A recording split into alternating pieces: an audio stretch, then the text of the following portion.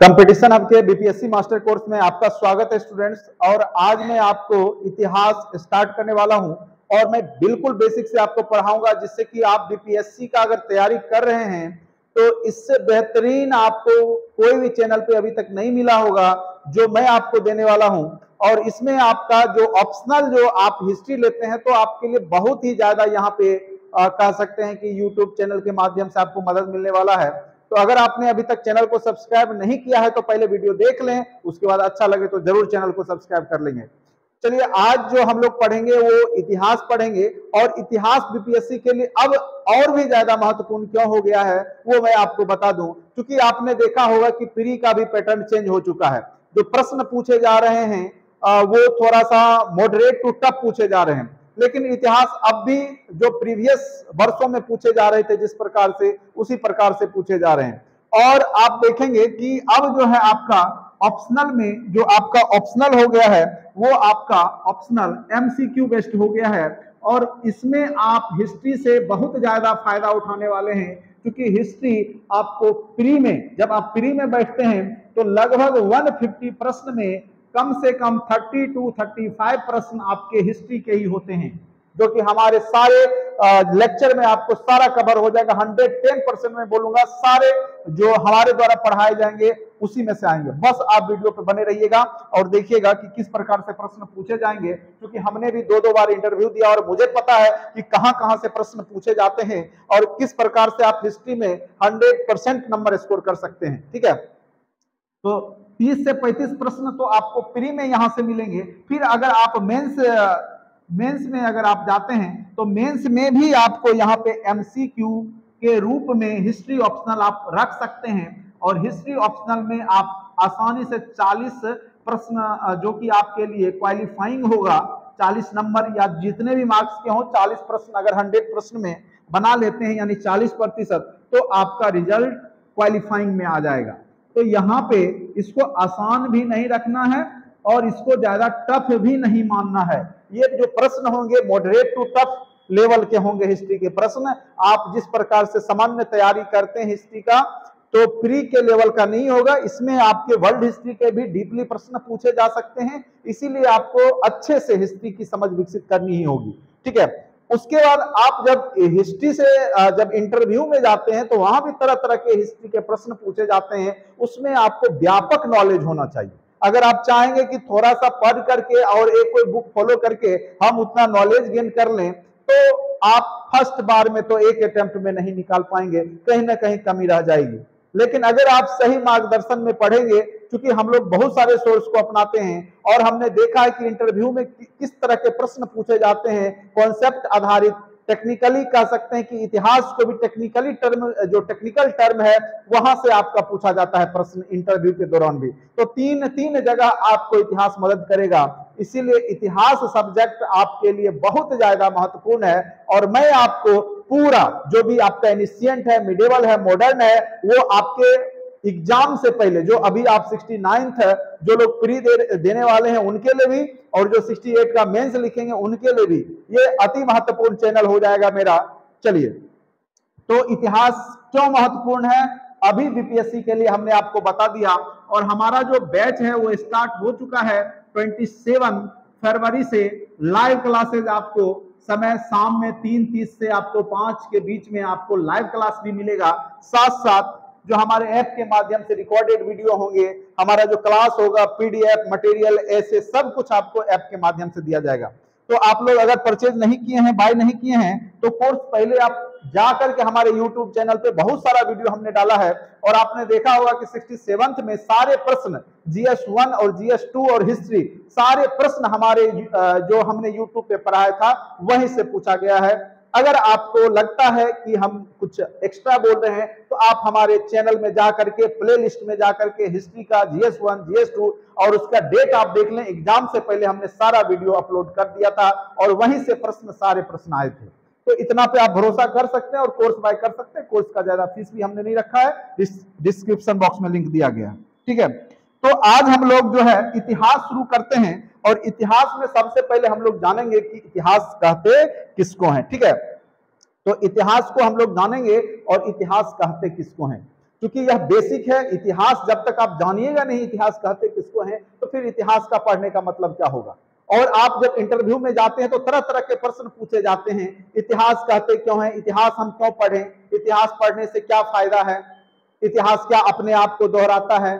तो कहने का अर्थ है कि इतिहास के कई तरह के प्रश्न आपके इंटरव्यू में भी पूछे जा सकते हैं। तो जब भी आप पढ़िए तो पूरा बेसिक से लेकर के अप टू, यानी आप पढ़ सकते हैं मॉडरेट टू टफ लेवल। अब आसान प्रश्न आपके एग्जाम में नहीं पूछे जाएंगे। चलिए, तो सबसे पहले मैं यहां लिख दूं इतिहास शब्द, इतिहास शब्द में लिख दूं, और इतिहास का अर्थ क्या होता है ये सबसे पहले हम आपको सिंपल शब्दों में बता देते हैं। इतिहास 3 शब्दों से मिलकर बना है, इतिज और हज और आस, और जिसका अर्थ होता है ऐसी घटना जो निश्चित तौर पे हुई है, निश्चित रूप से हुई है। अगर आपको कोई पूछता है क्या रामायण महाभारत इतिहास है, और ये इंटरव्यू के दौरान भी पूछे जा सकते हैं, तो आप बोलेंगे बिल्कुल नहीं, क्योंकि इसके हमारे पास साहित्यिक प्रमाण तो हैं लेकिन पुरातात्विक प्रमाण कुछ भी नहीं है। और यह भी नहीं क्लियर है कि वह किस काल में लिखा गया था, क्योंकि जो भी अभी रामायण महाभारत पुराण या जो भी वेद लिखे गए वो वैदिक सभ्यता के बाद लिखे गए हैं। ठीक है, या तो गुप्त काल में उनका क्या क्या सूचीबद्ध किया गया, उनको लिपिबद्ध किया गया, या फिर उसके बाद की घटना है, लेकिन उससे पहले की घटना जो है वो नहीं है। इसीलिए घटना कभी घटित हुई साहित्यिक सोर्स है भी, अगर उसका पुरातात्विक सोर्स हमारे पास नहीं है तो हम उसको इतिहास के अंतर्गत नहीं रखेंगे, क्योंकि उसके प्रमाणिक पुष्टि होनी चाहिए। लेकिन पुरातात्विक साक्ष्य हैं तो हम उसको इतिहास के अंतर्गत पढ़ते हैं। चलिए, या हम सिंपल शब्द में यह भी कह सकते हैं कि वर्तमान के प्रकाश में अतीत का अध्ययन क्या कहलाता है, इतिहास कहलाता है। यानी वर्तमान के प्रकाश में, यहां प्रकाश का तात्पर्य वर्तमान के प्रकाश में अतीत का अध्ययन, अतीत का अध्ययन क्या कहलाता है। सिंपल शब्द में आप बोल सकते हैं इंटरव्यू के दौरान भी, वर्तमान के प्रकाश में अतीत का अध्ययन। यह प्रकाश का मतलब कोई सनलाइट या टॉर्च लाइट का प्रकाश नहीं है, बल्कि स्रोत है। जो स्रोत हमारे पास हैं, अभी मैं आगे स्रोत के बारे में चर्चा करूंगा कि स्रोत कौन कौन से इतिहास को जानने का। तो जो स्रोत हम लोग यहाँ पे पढ़ेंगे, बहुत डिस्क्राइब करेंगे, उसमें साहित्यिक सोर्स हैं, पुरातात्विक स्रोत हैं, तो विभिन्न आयामों में यह हम जो है पढ़ेंगे।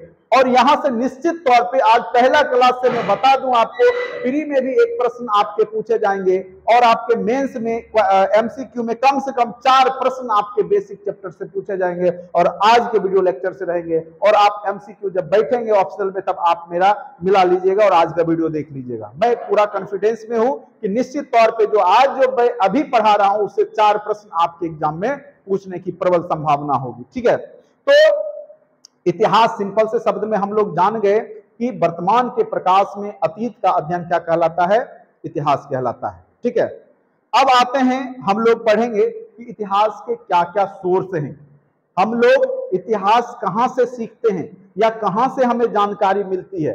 एक सबसे पहले मैं आपको बता दूं, इतिहास का पिता, इतिहास का पिता हेरोडोटस हैं। कौन है? हेरोडोटस। इतिहास का पिता हेरोडोटस को कहा जाता है, और इन्होंने 476 ईस्वी पूर्व में हिस्टोरिका नामक ग्रंथ लिखा। कौन सा बुक लिखा? हिस्टोरिका। ठीक है, 476 ईस्वी पूर्व में एक नया टर्म आया, ईस्वी पूर्व। एक नया टर्म आपका क्या आ गया? ईस्वी पूर्व। तो ईस्वी पूर्व और ईस्वी सन को हम लोग समझते हैं कि ईस्वी पूर्व और ईस्वी सन क्या होता है। ईस्वी पूर्व किसको कहेंगे और ईस्वी सन किसको कहेंगे? ठीक है, ईस्वी पूर्व किसको कहेंगे और ईस्वी सन किसको कहेंगे, इसको हम लोग को समझना पड़ेगा, क्योंकि जब तक हम ये सब टर्म शताब्दी, सदी, ईस्वी पूर्व, ईस्वी सन नहीं समझेंगे, तब तक हम अच्छे से इतिहास को नहीं समझ पाएंगे। इसीलिए हमें सबसे पहले ईस्वी पूर्व और ईस्वी सन को समझना होगा। तो देखिए, ईसा मसीह के नाम से ही, ईसा मसीह के नाम से ही ईस्वी सन आया है। जिस दिन ईसा मसीह को सूली पे लटकाया गया था और उसके नेक्स्ट शुक्रवार को वो पूरा मतलब दोबारा जन्म ले लिए थे। कहा जाता है कि दोबारा वो जीवित हो गए थे, जन्म नहीं जीवित कह सकते हैं, जीवित हो गए थे। तो उस दिन से नया युग की शुरुआत हुई।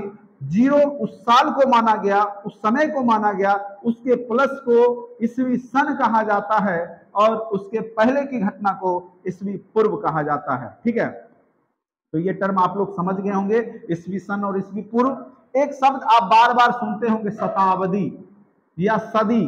ठीक है, शताब्दी या सदी जो शब्द होगा वो 100 वर्ष का पीरियड होता है। कितने वर्ष का पीरियड होता है स्टूडेंट्स? तो 100 वर्ष का पीरियड होता है। जैसे अगर आपको पूछे आप किस सदी में जी रहे हैं, तो आप प्रेम से बोलते होंगे कि 21वीं सदी। क्या बोलते होंगे? 21वीं सदी में हम लोग जी रहे हैं। 21वीं सदी का तात्पर्य है 2000 से 2100 के बीच का पीरियड। ठीक है, बीच का पीरियड। तो हम ये बोल सकते हैं कि 21वीं सदी 2000 से 2100 के बीच का पीरियड। अगर हम बोलते हैं 16वीं सदी, तो सिंपल से शब्द में आप बोल सकते हैं कि 1500 से 1600 ईस्वी के बीच का पीरियड। कई बार पूर्वार्ध लिखा रहेगा इतिहास में, मैं इसलिए पहले बता देता हूं, क्योंकि यहां से आपके प्रश्न जो हैं, प्रश्न तो नहीं पूछे जाते लेकिन बेसिक कॉन्सेप्ट है पूर्वार्ध, उत्तरार्ध। ठीक है, अगर इस तरह लिखे रहते, पूर्व मतलब जैसे अगर हम 100 वर्ष का पीरियड है तो 50 से पहले की घटना, 0 से 50 और 50 के बाद की घटना, तो इसको उत्तरार्ध बोलेंगे, उत्तराखंड उत्तरार्ध, और इसको बोलेंगे पूर्वार्ध। तो ये सब टर्म आपके इतिहास में लिखे हुए रहते हैं, तो बेसिक टर्म है, ये आपको समझ में अच्छे से आना चाहिए। ये आप समझ गए होंगे कि पूर्वार्ध किसको कहते हैं, ईस्वी सन किसको कहते हैं।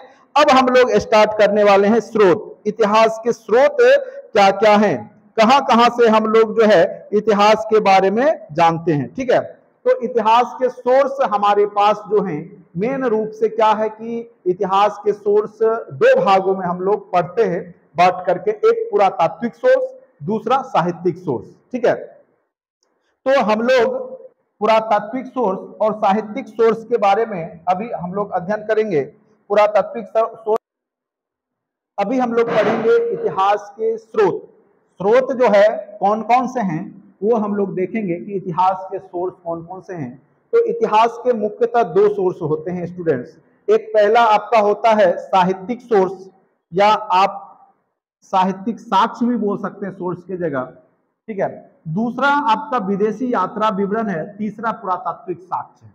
पुरातात्विक का अर्थ होता है जो हमारे प्राचीन समय में जो कुछ लिखा गया या कुछ वस्तुएं मिली, उसको कार्बन डेटिंग पद्धति के माध्यम से टाइम निकाल करके, ईस्वी सन निकाल करके, और उसके बारे में जानकारी एकत्रित करते हैं, और वह एक सबूत के तौर पे हमारे पास होता है, और ये सबसे प्रमाणिक पुष्टि होता है। अगर पुरातात्विक सोर्स अगर किसी कालखंड का मिल जाए तो वो सबसे ज्यादा इतिहास के लिए जो पुष्टि करने का कारक होता है। तो पुरातात्विक के बिना तो आप कहीं नहीं पाएंगे कि वो साक्ष्य सही है।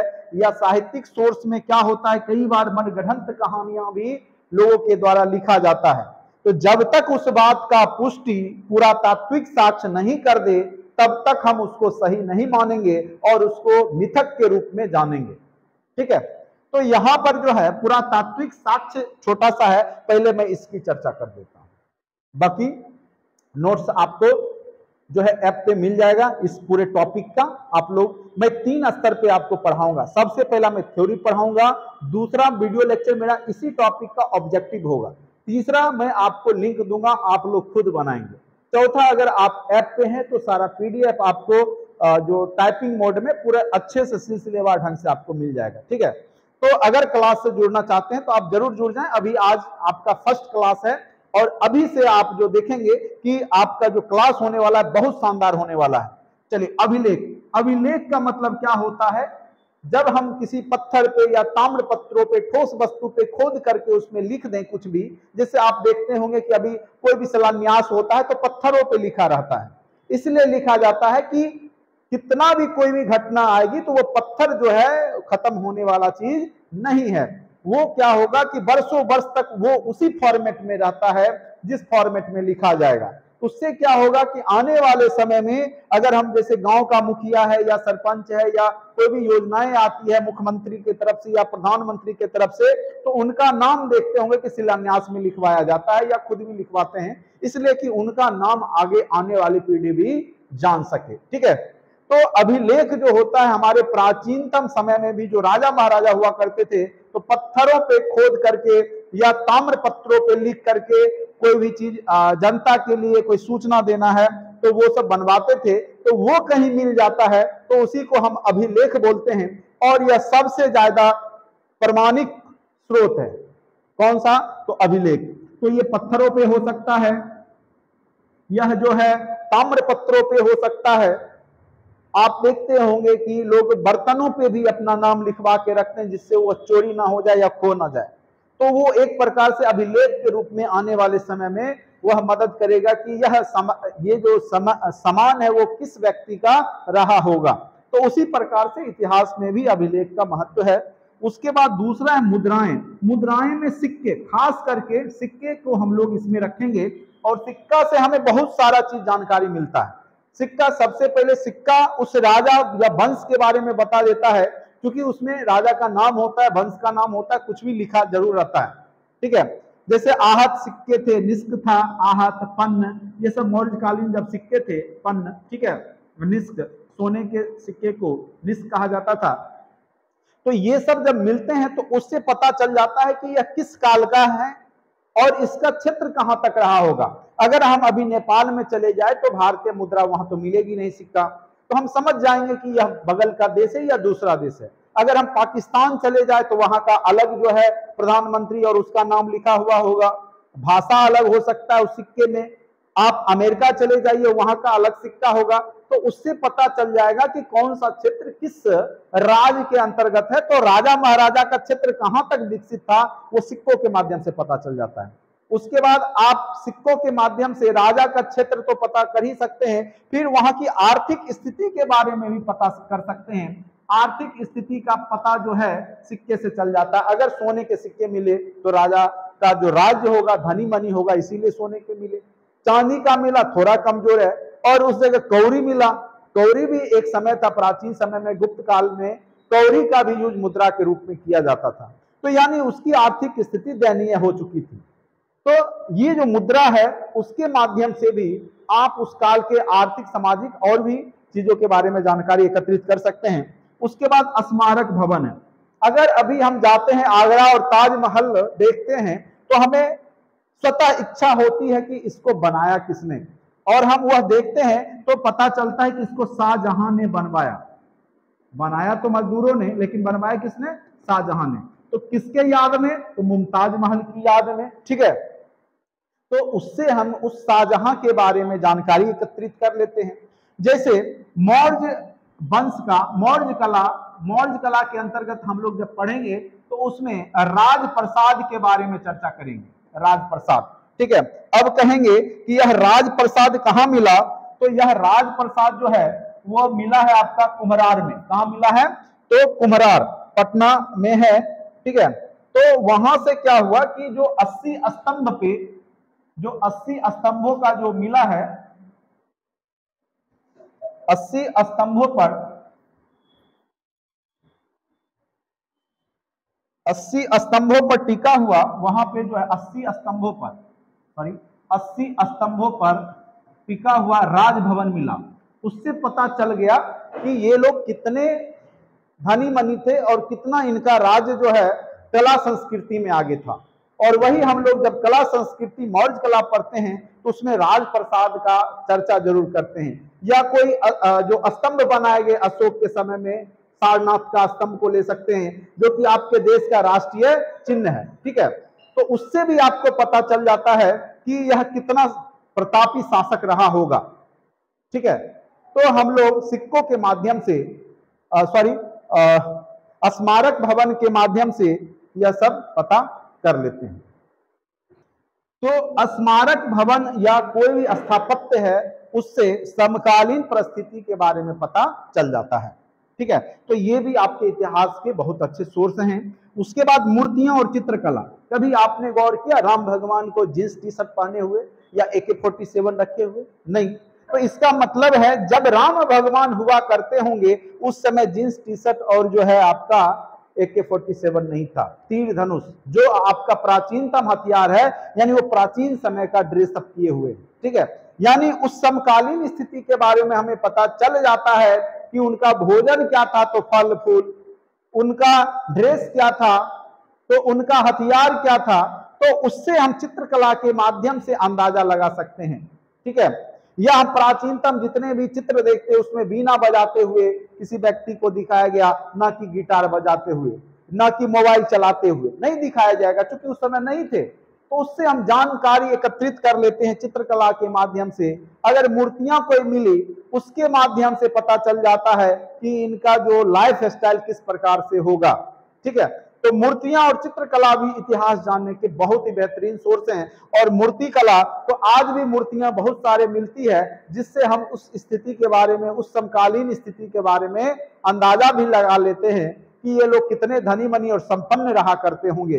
भारत में बहुत सारे ऐसे मूर्तियां हैं, बहुत सारे मंदिर हैं जो कि प्राचीनतम हैं, और उन्हें अगर उनके कला कौशल को देखते हैं तो उनमें निपुणता दिखती है। उनके साइंस, जैसे अगर मान के चलिए एक अभी आप देखते होंगे कुतुब मीनार जहां पे दिल्ली में है, वहां पे महरौली का लौह स्तंभ भी रखा गया है, ठीक है।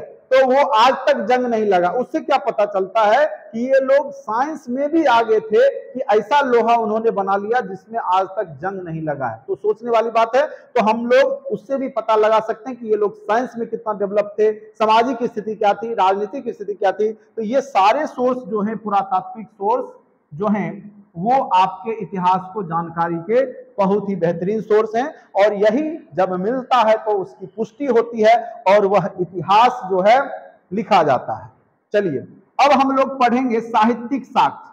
साहित्यिक साक्ष्य को हम लोग मुख्यतः दो भागों में बांटेंगे। एक तो आपका धार्मिक साहित्य, दूसरा लौकिक साहित्य। धार्मिक जो धर्म से जुड़ा हो, लौकिक जो जन सामान्य से जुड़ा हो। इसके अंतर्गत हम ऐतिहासिक ग्रंथ भी पढ़ सकते हैं, किसी का जीवनी ग्रंथ भी पढ़ सकते हैं। जैसे यहाँ पे हम लोग ऐतिहासिक ग्रंथ के रूप में अर्थशास्त्र को भी पढ़ सकते हैं, ठीक है, अर्थशास्त्र को भी पढ़ सकते हैं। तो ये सब, या किसी के जीवनी, मुद्रा राक्षस, मेघदूतम, रघुवंशम, ये सब कालिदास की रचना को भी हम लोग देख सकते हैं। तो इसके माध्यम से हम लोग क्या करेंगे कि इतिहास को जान सकते हैं, ठीक है। तो लौकिक साहित्य हो गए।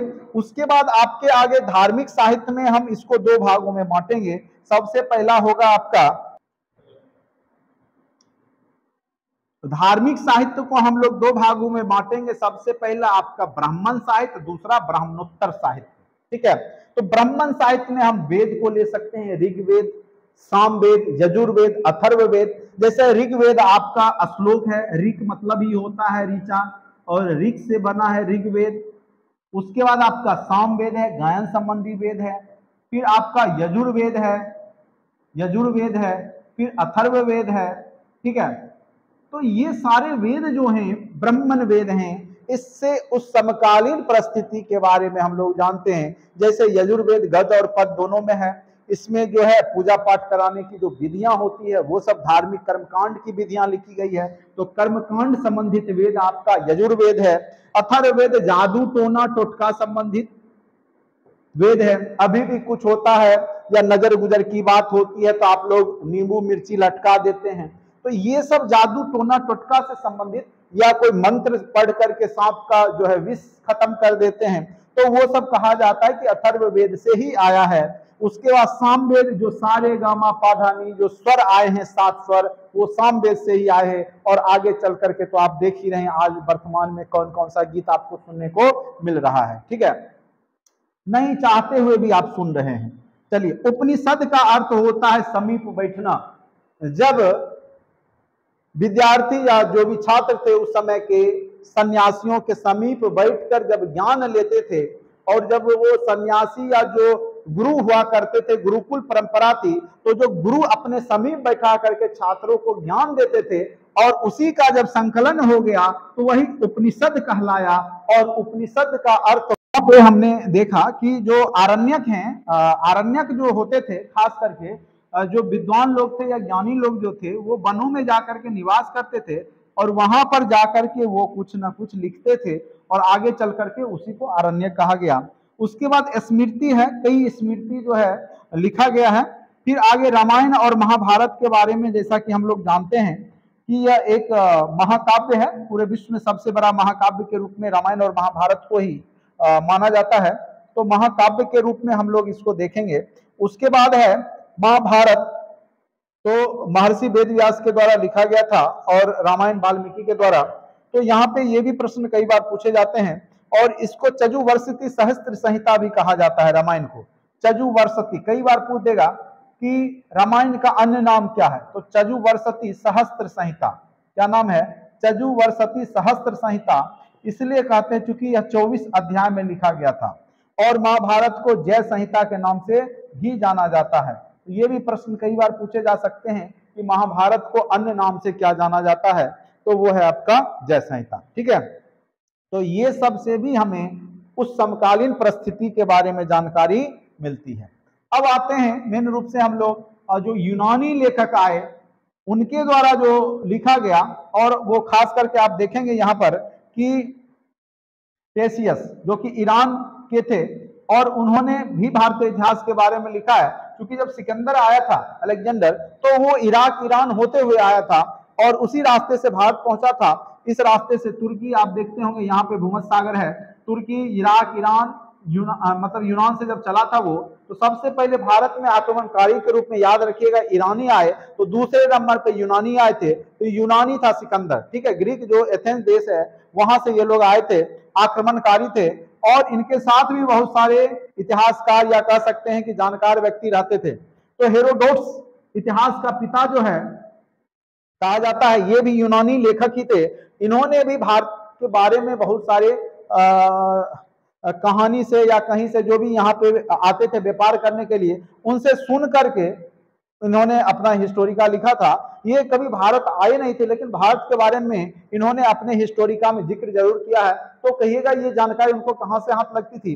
तो जो व्यापारी लोग यहाँ आते थे, जो व्यापारी लोग यहाँ आते थे, और उन्हीं से वो सुन करके यहाँ के बारे में बताते थे। उसके बाद है सिकंदर। सिकंदर के साथ आने वाला जो विद्वान थे वो थे नियारकस और एरिस्टोबुलस। ठीक है, तो ये याद रखिएगा, नियारकस उनका सेना नायक भी था, सेनापति भी था। आगे चल करके आपको जब मैं सिकंदर के बारे में पढ़ाऊंगा बहुत डीपली, तो ये सब नाम चर्चा में आएगा। ठीक है, तो अब आते हैं हम लोग आगे, नेक्स्ट समझते हैं मेगास्थनीज। मेगास्थनीज जो था उसने इंडिका लिखा। आपको पता होगा कि चंद्रगुप्त मौर्य का विवाह सेल्यूकस निकेटर की बेटी के साथ होता, आगे चल करके दूसरा विवाह था। ठीक है, पहला विवाह उनकी पत्नी मर जाती है, तो दूसरा विवाह जो है सेल्यूकस निकेटर, जो कि भारतीय उत्तर पश्चिम क्षेत्र का शासक हुआ करता था। क्योंकि जब सिकंदर यहां से गया, तो बेबीलोनिया जाते जाते उसकी मृत्यु हो गई। तो वो क्या है कि सेल्यूकस निकेटर को यहाँ का साम्राज्य देके गया और वो वहां पे शासन कर रहा था। और आगे चल करके सेल्यूकस निकेटर और चंद्रगुप्त मौर्य के बीच में युद्ध होता है, और इसकी बेटी का, ये जब हार जाता है तो इसकी बेटी का विवाह चंद्रगुप्त मौर्य के साथ होता है। और वहां पे जो है यह अपने एक राजदूत को पाटलिपुत्र भेजता है। तो मेगास्थनीज जब यहाँ आता है तो वो भारत के बारे में बहुत सारी जानकारियां देता है। तो उसी का किताब है इंडिका। ये भी प्रश्न पूछे जाते हैं। फिर डायमेकस आता है बिंदुसार के समय में। ये सब यूनानी राजदूत थे, और जब वो यहाँ आते हैं तो भारत के बारे में बहुत सारी जानकारियां अपने साथ ले जाते हैं और उसको वहां के ग्रंथ में लिखते हैं। उसके बाद आ जाइए डायनोसियस है, जो कि अशोक के समय में आया था। तो ये प्रश्न पूछे जा सकते हैं, और बीपीएससी में इस तरह के प्रश्न बार बार पूछे गए हैं। तो डायनोसियस किसके शासनकाल में आया था, किस मौर्य वंश के शासनकाल में? तो अशोक याद रखिएगा। उसके बाद टोलमी, यह प्रश्न जो है एक बार पूछा गया था कि ज्योग्राफी के लेखक कौन है। तो कई बार देखिए, ज्योग्राफी के पिता इरेटोस्थनीज को कहा जाता है, लेकिन लेखक अगर पूछे, ज्योग्राफी एक किताब है, उसके लेखक कौन है? टोलमी। जैसे अर्थशास्त्र, अगर पूछे अर्थशास्त्र का पिता, तो अर्थशास्त्र का पिता हम बोलते हैं एडम स्मिथ को। किसको बोलते हैं? एडम स्मिथ, जिसने अहस्तक्षेप की नीति दिया। लेकिन अगर हमको पूछे कि अर्थशास्त्र के रचयिता कौन है, तो हम लोग बोलते हैं विष्णुगुप्त कौटिल्य, जो कि भारत के थे। ठीक है, तो यहाँ पे कंफ्यूज नहीं होना है कि रचयिता अलग होते, किताब उस नाम से लिख दिए, लेकिन उसके फादर अलग होंगे। ठीक है, तो कई बार हम लोग कंफ्यूज हो जाते हैं एग्जाम के दौरान, तो ये कंफ्यूजन आपको इतिहास में खास करके नहीं रखना होगा। उसके बाद प्लिनी ने नेचुरल हिस्टोरिका क्या लिखा है? तो नेचुरल हिस्टोरिका के लेखक कौन है? प्लिनी। ये प्रश्न पूछे जा सकते हैं कि नेचुरल हिस्टोरिका के लेखक कौन है? तो प्लिनी। आज के क्लास से, पहला क्लास से 3 से 4 प्रश्न आप देखेंगे कि ऑप्शनल में आएंगे और प्री में निश्चित तौर पे 2 प्रश्न यहां से हर एक बार आते हैं। इस बार भी जो 69th होगा उसमें भी आप देखेंगे कि यहां से प्रश्न निश्चित तौर पे पूछे जाएंगे। ठीक है, अब हम लोग पढ़ते हैं अरबी लेखक के बारे में। ठीक है, तो थोड़ा सा अरबी लेखक के बारे में देखिए कि अरबी लेखक जो हुए उसमें कौन कौन से हुए, खास करके सुलेमान अल मसूदी अल बरूनी जिन्होंने तहरीके हिंद, ठीक है, लिखा है। उसके बाद इब्न बतूता जो कि मोरक्को निवासी थे और अफ्रीका से आए थे, लगभग 14वीं सदी में 1333 के आसपास आए थे। और वो किसके दरबार में आए थे? तो मोहम्मद बिन तुगलक, जिनको कि हम लोग पगला बादशाह के नाम से जानते हैं इतिहास में। तारीखे हिंद में अलबरूनी ने, और अलबरूनी को हमने मेंस में भी करवाया था और अति महत्वपूर्ण टॉपिक, और यहाँ से प्रश्न भी डायरेक्ट उसी फॉर्मेट में पूछे गए थे। तो अलबरूनी का जो हिंदू भारतीय समाज में जो हिंदू का जो चित्रण किया गया है, तो अलबरूनी से पता चल जाता है कि उस समय ये बोला करते थे कि हिंदू लोग जहां तहां पान खा के थूक देते हैं, पर्व त्योहार में एक दूसरे को गोबर लेपते हैं। तो हो सकता है होली होली का सीन देख लिए होंगे ये। अल मसूदी सुलेमानी, ये सब अरबी लेखक होते हैं। ठीक है, तो ये सब भारत के बारे में अपने अपने किताब में, ग्रंथ में लिखते हैं। आगे चल करके जब हम मुगल स्टार्ट करेंगे या मध्यकाल, तो उसमें हम सोर्स के बारे में बहुत डीपली, इससे भी जो भी डीपली प्रश्न है यहां से आते हैं, तो उसकी चर्चा हम करेंगे। फिलहाल अभी आप सोर्स में इतना जानिए। उसके बाद आ जाइए प्रमुख अभिलेख, और यहाँ पे आपका है शासक। ठीक है, तो प्रमुख अभिलेख कौन कौन से अभिलेख, मतलब पत्थरों पे खोद करके जो लिखे गए थे, उसके बारे में हम लोग देखेंगे वो कौन कौन है। ठीक है, तो अभिलेख के रूप में हम लोग सबसे पहला अभिलेख हाथी गुम्फा अभिलेख पढ़ेंगे, और वो कलिंग नरेश खारवेल के द्वारा बनवाया गया था। तो ये अति महत्वपूर्ण प्रश्न है कि हाथी गुम्फा अभिलेख किसके द्वारा बनवाया गया था? तो हाथी गुम्फा अभिलेख जो बनवाया गया था, कलिंग नरेश खारवेल के द्वारा बनवाया गया था। दूसरा है आपका यहां पर एहोल अभिलेख। दूसरा कौन सा है? एहोल अभिलेख। तो एहोल अभिलेख जो है किसके द्वारा बनवाया गया था? तो याद रखिएगा, एहोल अभिलेख जो है वह पुलकेशिन द्वितीय के द्वारा बनवाया गया था। और आपको पता होगा कि पुलकेशिन द्वितीय और हर्षवर्धन के बीच में जब युद्ध होता है, तो उसमें हर्षवर्धन हार जाते हैं और पुलकेशिन द्वितीय जो कि दक्षिण भारत का शासक था, वो जीत जाता है, और यह युद्ध नर्मदा नदी के तट पर होता है। तो ये भी प्रश्न यहां से पूछे जा सकते हैं। उसके बाद आपके नासिक अभिलेख है, तो ये भी प्रश्न पूछा जा सकता है कि नासिक अभिलेख किसके द्वारा लिखवाया गया था? तो गौतम बलसरी, उनका क्या नाम था? गौतम बलसरी। उसके बाद है आपका जूनागढ़ अभिलेख। यह प्रश्न रुद्रदामन वाला इस बार प्रश्न पूछे गए थे प्री में। ठीक है, तो जूनागढ़ अभिलेख के बारे में अगर पूछा जाए तो रुद्रदामन के द्वारा बनवाया गया था। प्रयाग प्रशस्त, ये कई बार प्रश्न पूछे गए हैं प्रयाग प्रशस्त के बारे में। तो प्रयाग प्रशस्ति जो है समुद्रगुप्त के द्वारा बनवाया गया था। समुद्रगुप्त को भारत का नेपोलियन भी कहा जाता है, और इसने उत्तरापथ स्वामी और दक्षिणापथ स्वामी दोनों की पदवी धारण की थी, क्योंकि इसने आर्यावर्त जो उत्तर भारत का था। देखिए यहां से भी एक प्रश्न पूछा गया था कि दक्षिण जो पार्ट था उस समय क्या कहलाता था। ठीक है, दक्षिण भारत का पार्ट क्या कहलाता था, या दक्षिण बिहार या कुछ इसी टाइप का था। तो एक तो आर्यावर्त था, एक अनार्य था, अनार्य लोग रहते थे। ठीक है, तो वहां अनार्य ना दे करके ऑप्शन में क्या कर दिया था, आपने देखा होगा, जैसे अनार्य को हम इंग्लिश में ऐसे लिखते हैं अनार। ठीक है, तो उसको उसने लिखा होगा अनार, एक शब्द को बदल दिया, वाई की जगह टी कर दिया, और ऑप्शन आप देखे होंगे अनार। और मैक्सिमम यूट्यूब वाले सब अनर्थ अनर्थ बिना मतलब सोचे समझे, कोई पुष्टि कोई परवाह नहीं, मतलब अंदाजा लगा करके, और ऐसे बोलते थे कि जैसे मानो कि उन्होंने पढ़ाया है इस चीज को, और वो बहुत बड़े विद्वान है और पढ़े हैं। तो वो सब चक्कर में मत रहें, जो सोर्स है वही है, सही सोर्स है। एक ऑप्शन आपके पास इनमें से कोई नहीं भी है। ठीक है, इसीलिए आप लोग कंफ्यूज नहीं होइए। एग्जाम में अगर नहीं मिल रहा है आपका पढ़ा हुआ, मारिए इनमें से कोई नहीं, वो बिल्कुल सही होगा। ठीक है, आप लोग जो लोग 69 में बैठे होंगे उनको जानकारी होगी इस बात की। अब आते हैं हम लोग मंदसौर अभिलेख जो है, मंदसौर अभिलेख जो है मालवा नरेश खारवेल मालवा नरेश यशोवर्मन के द्वारा लिखवाया गया था। ग्वालियर अभिलेख जो है प्रतिहार नरेश भोज के द्वारा करवाया गया था।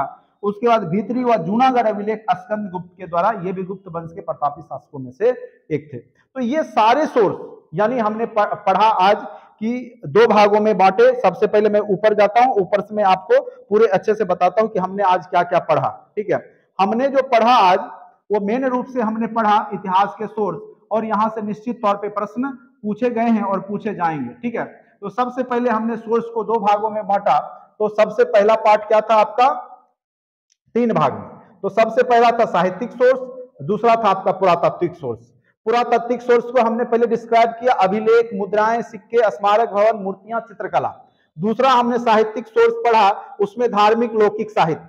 ठीक है, उसके बाद हमने विदेशी यात्रा का विवरण के बारे में पढ़ा, यह भी सोर्स होता है इतिहास की जानकारी का, यूनानी, चीनी और अरबी मेन रूप से हमने पढ़ा। उसके बाद हमने हिंदू साहित्य के तहत या ब्राह्मण साहित्य के तहत हमने पढ़ा वेद, उपनिषद, आरण्यक, पुराण, स्मृति, रामायण, महाभारत।